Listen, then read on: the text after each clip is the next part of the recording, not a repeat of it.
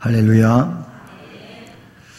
네, 오늘 이 시편 41편 1절부터 4절까지 말씀인데요. 이 말씀에 전제하는 것이 가난한 자를 보살피는 자에게 복이 있다라고 말씀해 주셨고, 그 복은 재앙의 날에 여호와께서 그를 건지시리로다. 재앙의 날은 환난의 날, 또 힘들고 어려운 날이라고 그렇게 볼 수 있고, 또 그 이하 2절, 3절, 또 4절 말씀에서 하나님께서 그 가난한 자를 보살피는 자들에게 주시는 복에 대해서 말씀해 주고 있는 것을 살필 수가 있습니다. 가난한 자를 보살피는 자에게 임할 하나님의 복. 그렇다면 성경에도 기록되어 있듯이 오래전도 그렇고 지금도 그렇고 앞으로도 그렇고 세상에는 가난한 자가 항상 존재한다는 겁니다. 물론 개인에 따라서 가난하다가 부할 수 있고 부하다 가난해질 수 있겠지만은, 그러나 전체적인 면에서 보게 되면은 세상 속에는 가난한 자는 언제나 있다, 그런 얘기. 요즘 이 시대를 흔히 지적해서 말하기를 빈부의 격차가 더 심해진다.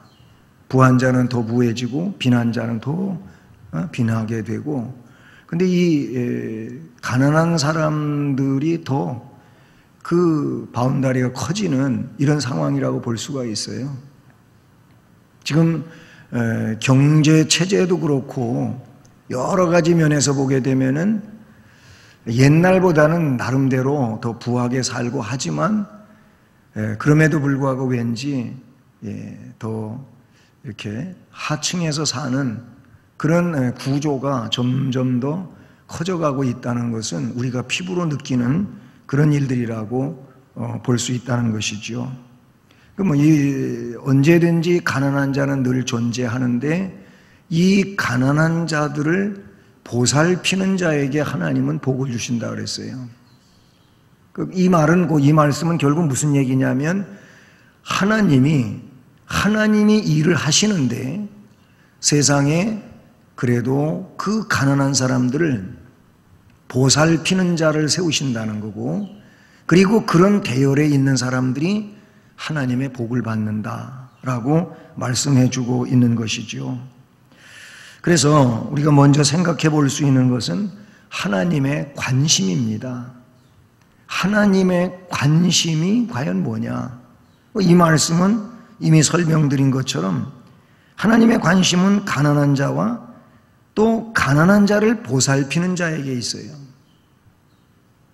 그러니까 가난한 자에게 하나님이 관심이 있고 그 가난한 자를 보살피는 자에게 하나님의 관심이 있다, 그거예요.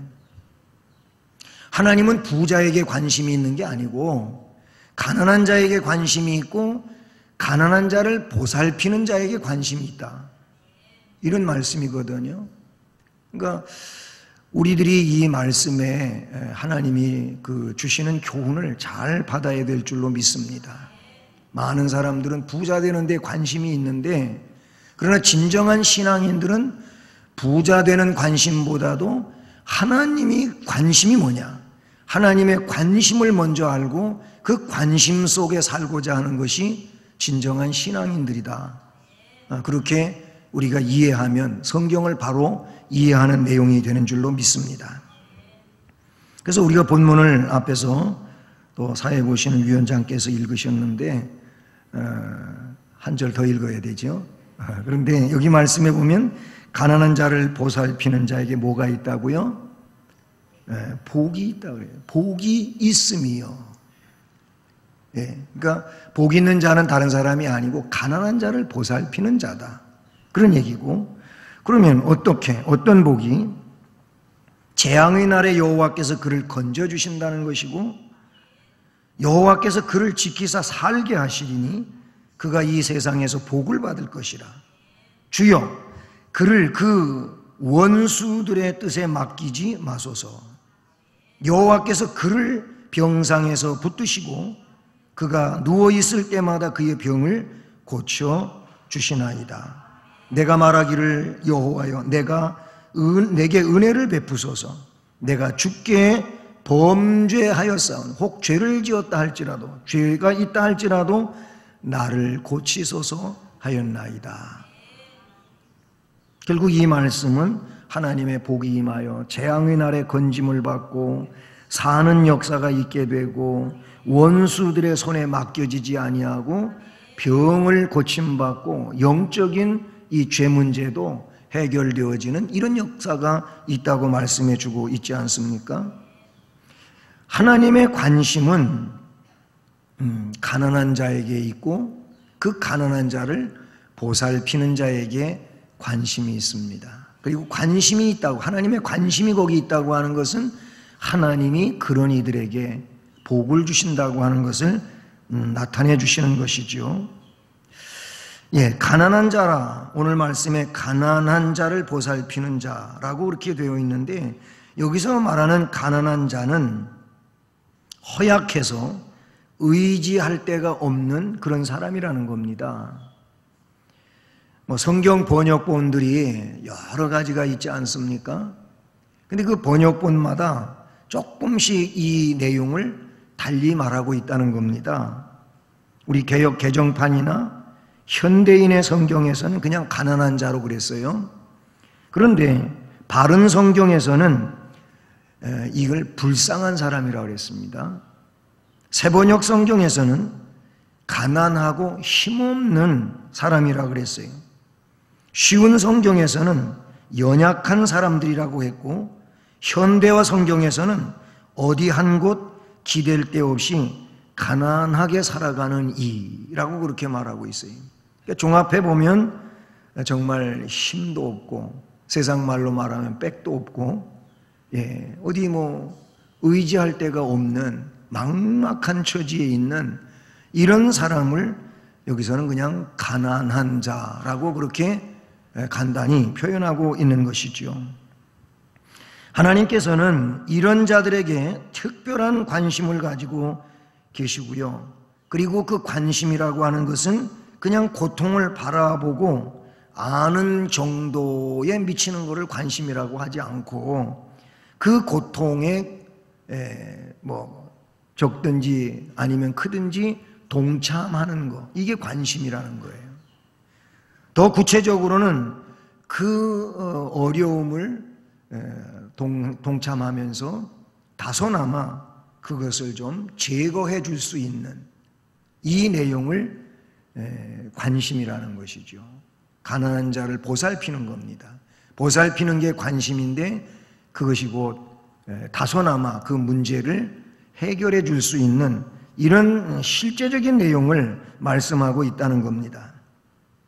이런 하나님의 사랑은요, 특히 예수 그리스도의 사역 속에서 잘 나타나고 있는데, 주님께서 찾아다닌 이들은 가난한 자들이었어요. 또 병인들이었어요. 불쌍한 자들을 돌보아 주셨어요. 그들에게 하나님의 나라의 복음을 증언해 주셨습니다. 마태복음 9장에서는 이런 말씀을 하셨어요. 내가 긍휼을 원하고 제사를 원하지 아니한다고 하니 이 뜻을 좀 알았으면 좋겠다. 그렇게 말해요. 이 긍휼의 하나님, 긍휼의 주님은 또 긍휼이 여기는 삶을 사는 자들을 원하신다는 거죠. 그냥 단순히 예배만 드리는 자를 원하는 게 아니고, 그 예배가 삶으로 이어져서 긍휼의 삶을 살아가는 자들을 우리 주님이 원하신다는 거예요. 예배 물론 귀중합니다. 그런데 그 살아있는 예배는 삶에 그렇게 연결이 되는데, 삶 속에서 긍휼의 삶을 사는 거예요. 긍휼은 하나님의 속성입니다. 하나님이 원하는 것이고 그 원하심을 따라 사는 게 긍휼의 삶이거든요. 그래서 내가 긍휼을 원한다, 제사를 원하는 게 아니다.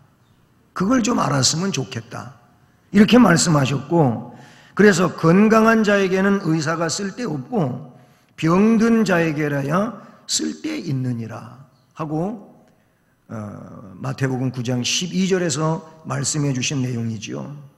이걸 보면 하나님의 관심은 부요해서 부족함이 없는 자가 아니고 가난하고 연약한 자이며, 그리고 그런 이들에게 긍휼의 마음으로 다가서는 이들에게 하나님이 지대한 관심을 보이고 계신다, 이렇게 볼 수 있습니다. 그래서 오늘 말씀은 이런 가난한 자를 보살피는 자를 하나님은 보살펴 주신다. 하나님의 보살핌 안에 있다고 하는 것은 너무나도 복스러운 일이 아니겠습니까? 예, 그래요. 하나님이 나를 보살펴 주신다고 할 때 이것은 그 어떤 일보다도 귀중한 일이 되는 줄로 믿습니다. 하나님의 관심이 무엇인지 이 말씀 안에서 이해하셨죠? 자, 그러면 오늘 복 있는 자라는 제목을 정했는데, 가난한 자를 보살피는 자가 복 있는 자라고 본문에서 직설적으로 소개하지요. 가난한 자를 보살핀다. 말씀 안에 재앙의 날에 구원해 주고, 그리고 살게 해 주고, 병을 고쳐 주고, 그리고 범죄한 것을 용서와 영혼을 치유하시고, 이런 내용으로 이어지는데요. 우리 성경의 몇 군데를 한번 살펴보겠습니다. 먼저 신명기 24장을 보십시오. 많은 말씀들이 있는데 몇 군데만 한번 찾아보겠습니다. 신명기 24장 19절 같이 봉독해 보십니다. 시작. 내가 밭에서 곡식을 벨 때에 그 한 뭇을 밭에 잊어버렸거든 다시 가서 가져오지 말고 나그네와 고아와 과부를 위하여 남겨두라. 그리하면 네 하나님 여호와께서 내 손으로 하는 모든 일에 복을 내리시리라. 아멘. 거기 말씀 마지막에 보면은요, 나그네와 고아와 과부를 위하여 이제 모퉁이를 남겨두고 잊어버린 것도 가지러 가지 말고, 그렇게 하면 네 하나님 여호와께서 내 손으로 하는 모든 일에 복을 내리시리라. 결국 가난한 자를 배려하는 삶을 사는 자에게 그가 손으로 하는 모든 일이 복을 받는다는 거예요. 복 받는 비결은 여기에 있습니다. 기억하실 수 있기를 바랍니다. 그 다음에 좀 많이 건너뛰어가지고 예레미야 7장입니다. 예레미야서 7장 6절과 7절입니다. 6절 7절 같이 읽습니다. 이방인과 고아와 과부를 압제하지 아니하며 무죄한 자의 피를 이곳에서 흘리지 아니하며 다른 신들 뒤를 따라 화를 자초하지 아니하면 내가 너희를 이곳에 살게 하리니 곧 너희 조상에게 영원 무궁토록 준 땅이니라. 아멘. 약속의 땅 가나안에서 영원 무궁토록 살 수 있는 비결을 말하고 있는데, 그 중에 하나가 뭐냐면 이방인과 고아와 과부를 압제하지 아니하면 그 땅에서 영원 무궁히 살게 하신다라는 말씀을 나타내 주고 있어요. 이 삶을 그들도 온전히 감당하지 못하니까 그 땅에서 영원히 살지 못하고 결국 아수르의 포로가 되고 바벨론의 포로가 되고 이런 일이 벌어진 거예요. 그 땅에서 못 사는 일이 생겨났다, 그런 얘기예요. 예, 가난한 자, 이 이방인이라든지 고아와 과부를 압제하지 않고 오히려 그들을 위하는 삶을 사는 이들에게 하나님께서 약속의 땅에서 계속적으로 대를 이어가면서 사는 축복을 허락해 주시겠다고 말씀해 주셨죠. 좀 더 구체적으로 같은 예레미야 22장의 말씀으로 넘어가 봅니다. 22장. 예레미야 22장 3절로 22장 3절부터 5절까지 말씀을 같이 읽습니다. 시작.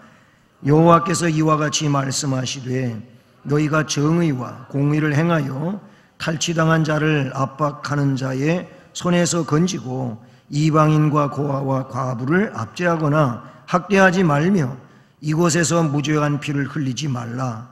너희가 참으로 이 말을 준행하면 다윗의 왕위에 앉을 왕들과 신하들과 백성이 병거와 말을 타고 이 집 문으로 들어오게 되리라.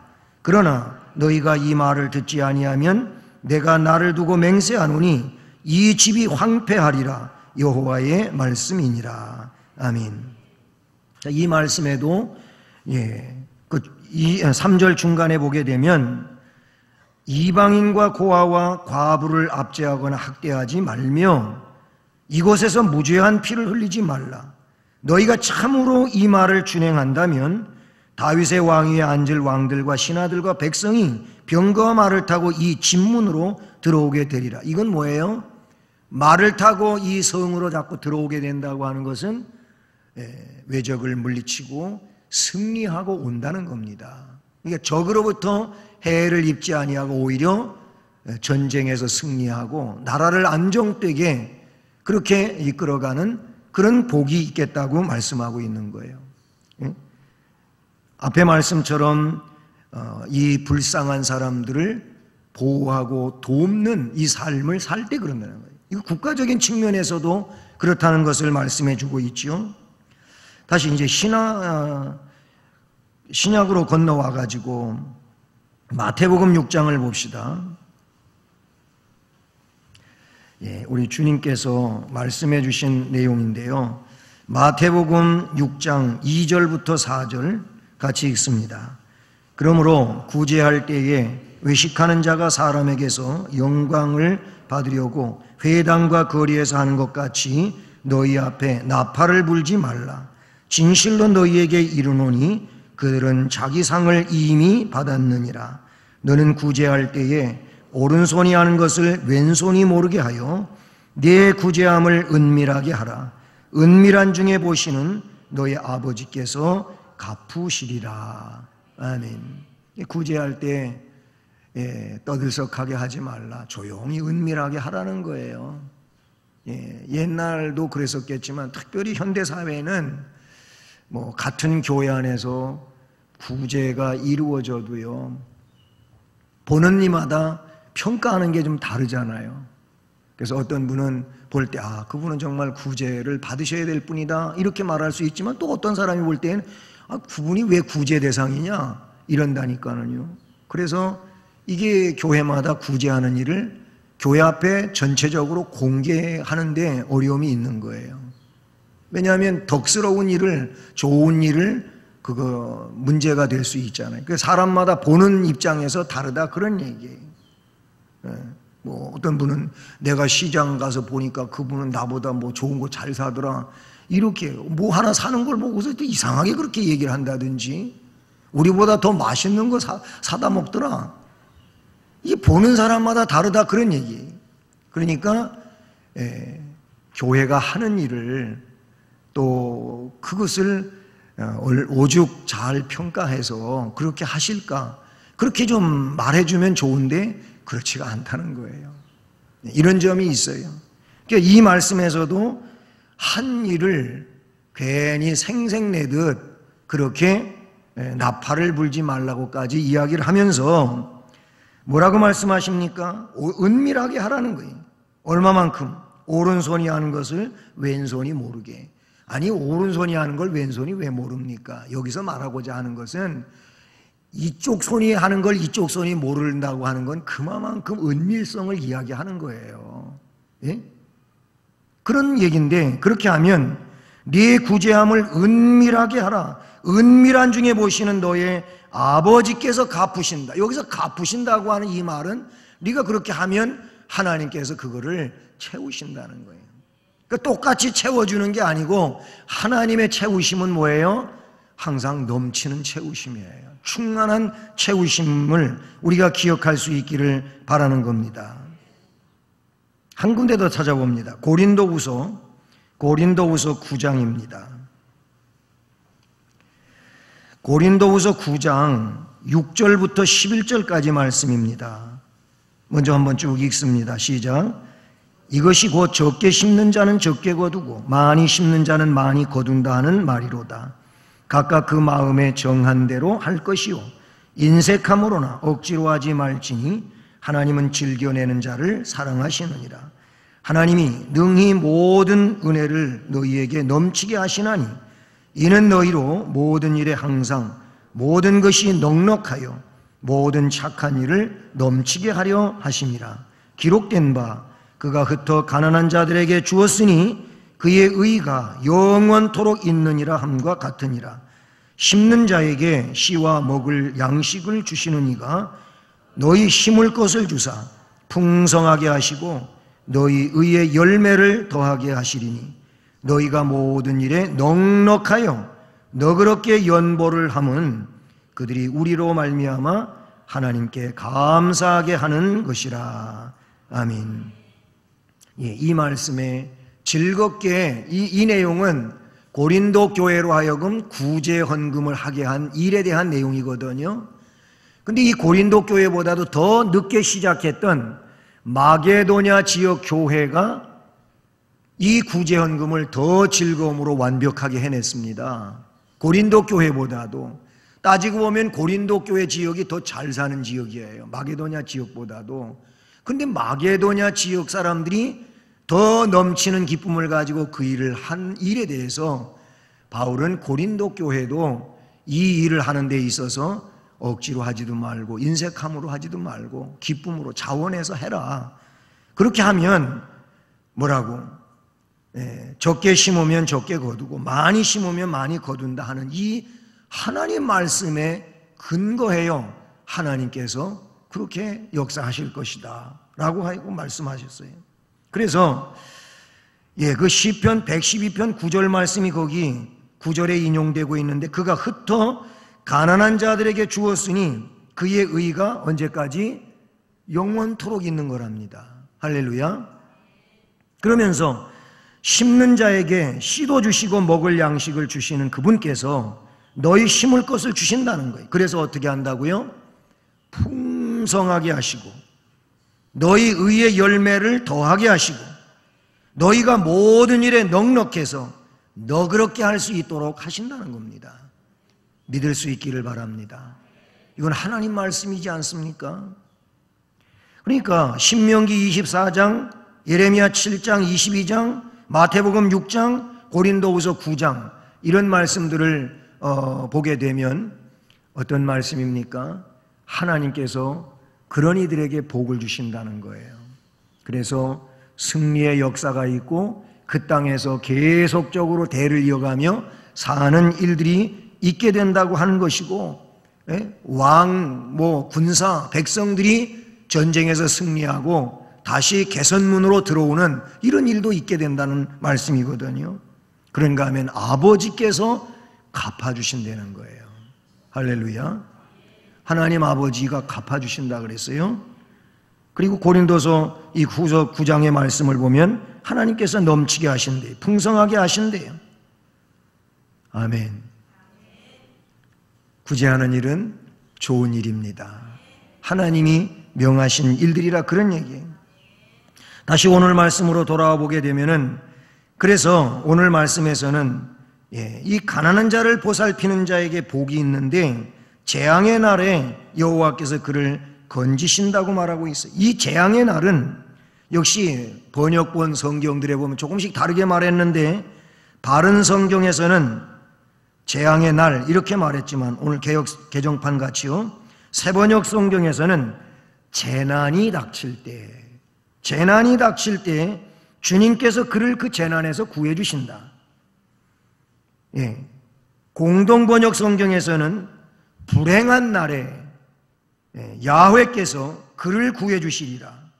쉬운 성경은 어려움이 닥칠 때 여호와께서 그 사람을 건져 주신다. 한글 킹제임스 버전에서는 고난의 때에 그를 구원하신다. 현대인의 성경에서는 환난의 때에 여호와께서 그를 구원하신다.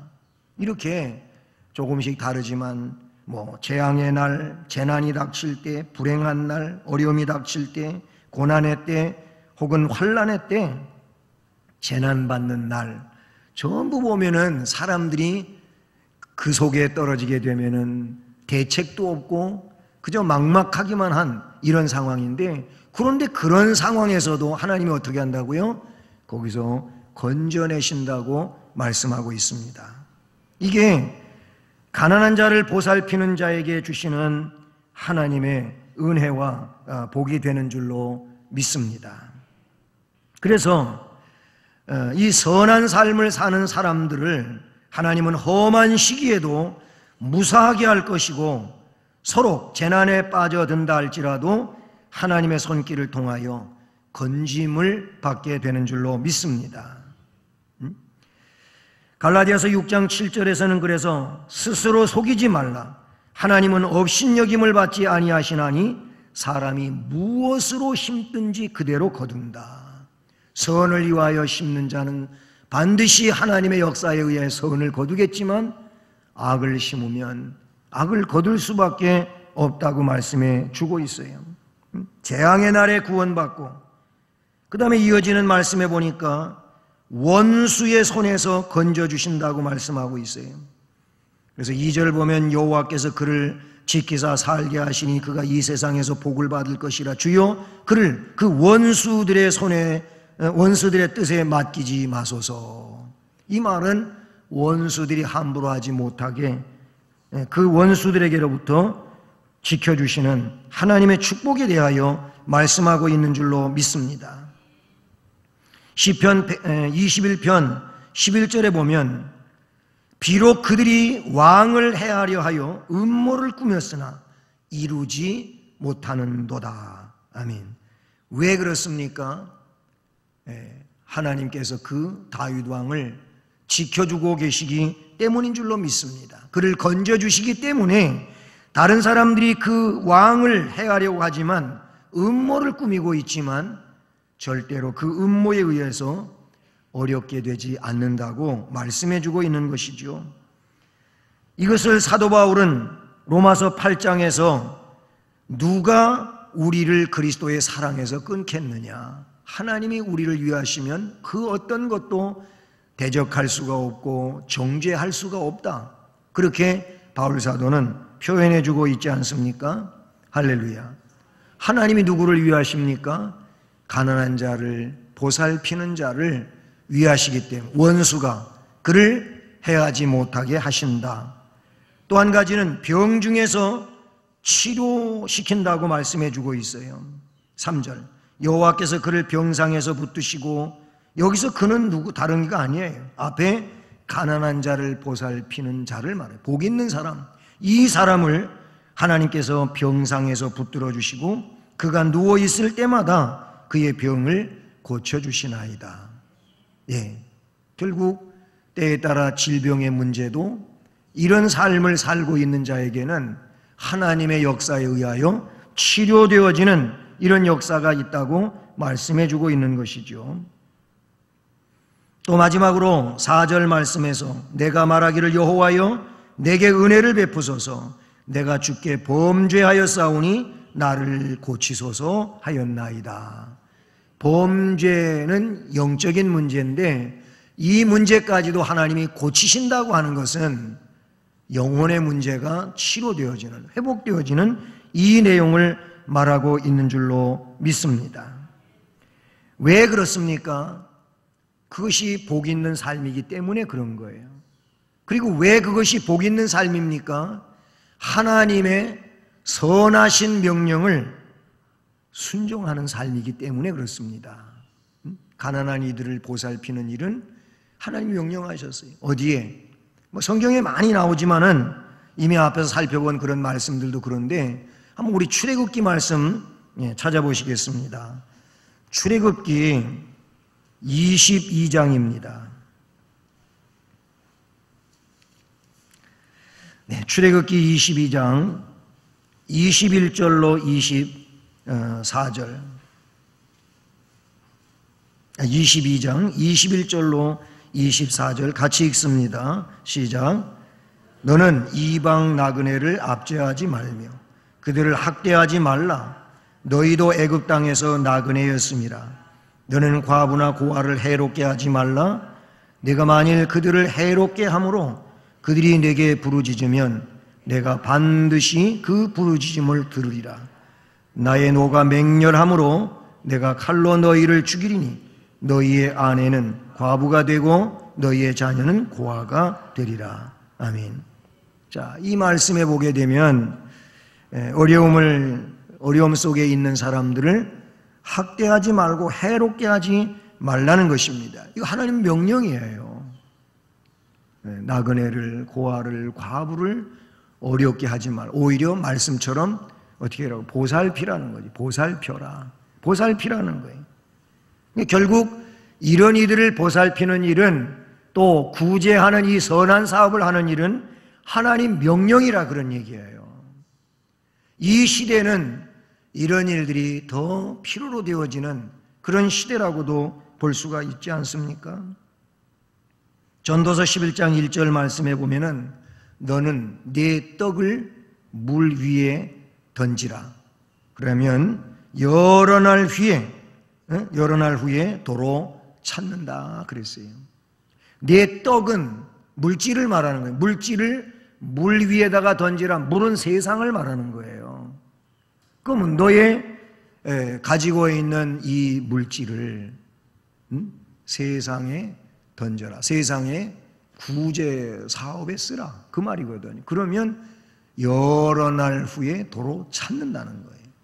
이건 하나님이 갚아주시겠다고 하는 그런 원리의 말씀에 부합하는 내용이기도 한 줄로 믿습니다. 오늘 구제위원회 헌신 예배를 드리면서 우리는 성경을 따라 사는 사람이지 않습니까? 구제에 대한, 오늘 구제위원회 헌신 예배니까 구제에 대한 말씀을 집중해서 말씀을 드리고 있지만은 이 내용 이외에 여러 가지 면에서 우리는 하나님의 율례와 법도, 즉 그 계명을 따라 사는 사람들입니다. 그러므로 하나님의 명령을 순종하면 그 자체가 뭐냐? 복이라 그런 얘기예요. 오늘 말씀 그대로 복이 되는 줄로 믿습니다. 따라서 하십니다. 가난한 자를 보살피는 자는 복이 있다. 아멘. 복이 있는 거예요. 기도하시겠습니다.